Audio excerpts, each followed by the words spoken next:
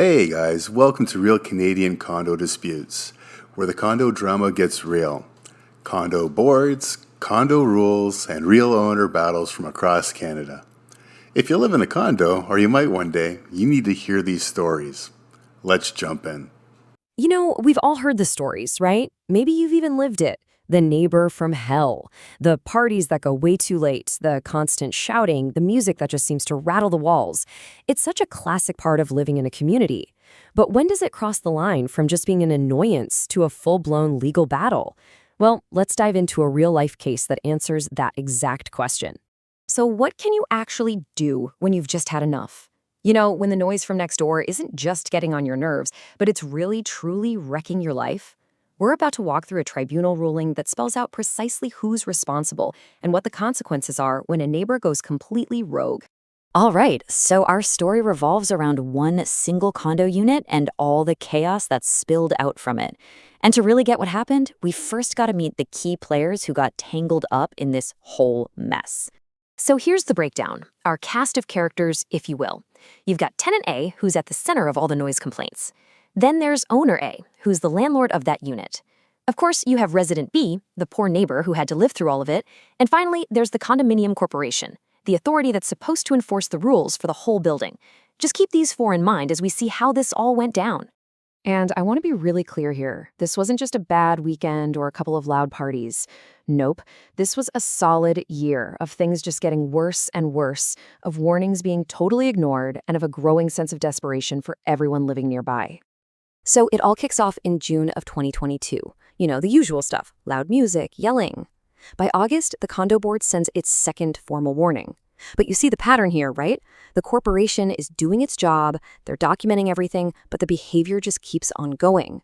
By February of the next year, they are on their sixth formal warning. And this all builds up to a really shocking event in June 2023 that took this whole thing from a simple noise complaint to a serious safety issue. 32. Let that sink in for a second. That's how many separate security reports were filed over just 1 year. And that number is so important because it shows a clear, undeniable pattern. We're not talking about a few noisy nights here. We're talking about dozens and dozens of documented problems. And this number is just as important, 6. That's how many formal warning letters were sent directly to both the tenant and the unit owner. So the landlord was not in the dark about any of this. The corporation made absolutely sure that the person who owned the property knew exactly what was going on. And here, this is the human cost of all that chaos. This is a direct quote from resident B, the neighbor who was living this nightmare day in and day out. Can you imagine being so desperate for a quiet night that you actually leave your own home to go sleep in your car? I mean, that's the level of misery we're talking about here. And then it just completely boiled over, the breaking point. A violent fight inside the unit actually spilled out into the hallway. The reports talk about shouting, screaming, someone getting physically pushed out of the apartment. It got so bad that the police, the fire department, and paramedics had to be called out at 5 in the morning. This was way beyond a noise problem now. Okay, so with all that drama as the backdrop, what do the rules actually say? Who can do what in these situations? Let's take a second and break down the legal framework that's supposed to govern exactly this kind of thing. You know, the key legal idea here is something called nuisance, and it's not just any old annoyance. For something to be a legal nuisance, the law says it has to be both unreasonable and substantial. Well, with 32 security reports and forcing a neighbor to sleep in their car, you can bet this case cleared that legal hurdle pretty easily. Now, this is a really, really important distinction. The tenant's duty is pretty simple. Just don't cause a nuisance. But look at the owner's responsibility.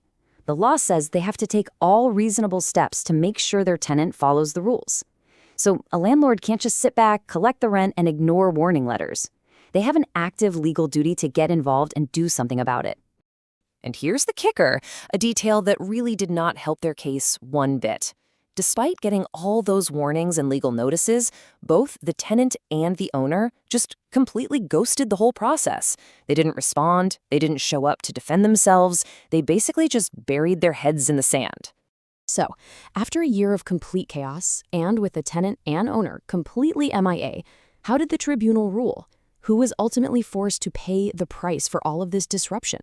The tribunal's logic was actually crystal clear. Step 1, the evidence was overwhelming. The tenant definitely created a legal nuisance, no doubt about it. Step 2, the owner got 6 letters and did absolutely nothing, so they broke their legal duty. And that leads to step 3. Both of them were found liable. But they weren't just found liable. They were found jointly and severally liable. And this is a really important legal phrase. It means the condo corporation doesn't have to chase down both of them for 50% of the money each. Nope, they can go after the full amount from the tenant, or what's more likely, from the owner, and then just let those two figure it out between themselves. And this is the final bill. The tribunal ordered them to pay the condominium corporation over $15,000. That money was to cover all the legal costs the condo had to spend trying to solve this problem. That is a staggering price to pay for just ignoring some warning letters. So this case isn't just some wild story. It's really a powerful lesson for anyone who owns, rents, or helps manage a property in a shared building. So what are the big takeaways we can all learn from this ruling?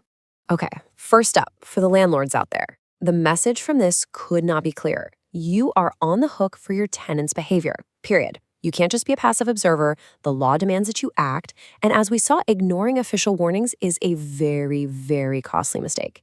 This is exactly why it's so important to have a strong lease agreement and be ready to enforce it. And for the condo boards and other residents, this case is basically a masterclass in how to handle these things properly. The only reason the corporation won this case is because their documentation was meticulous.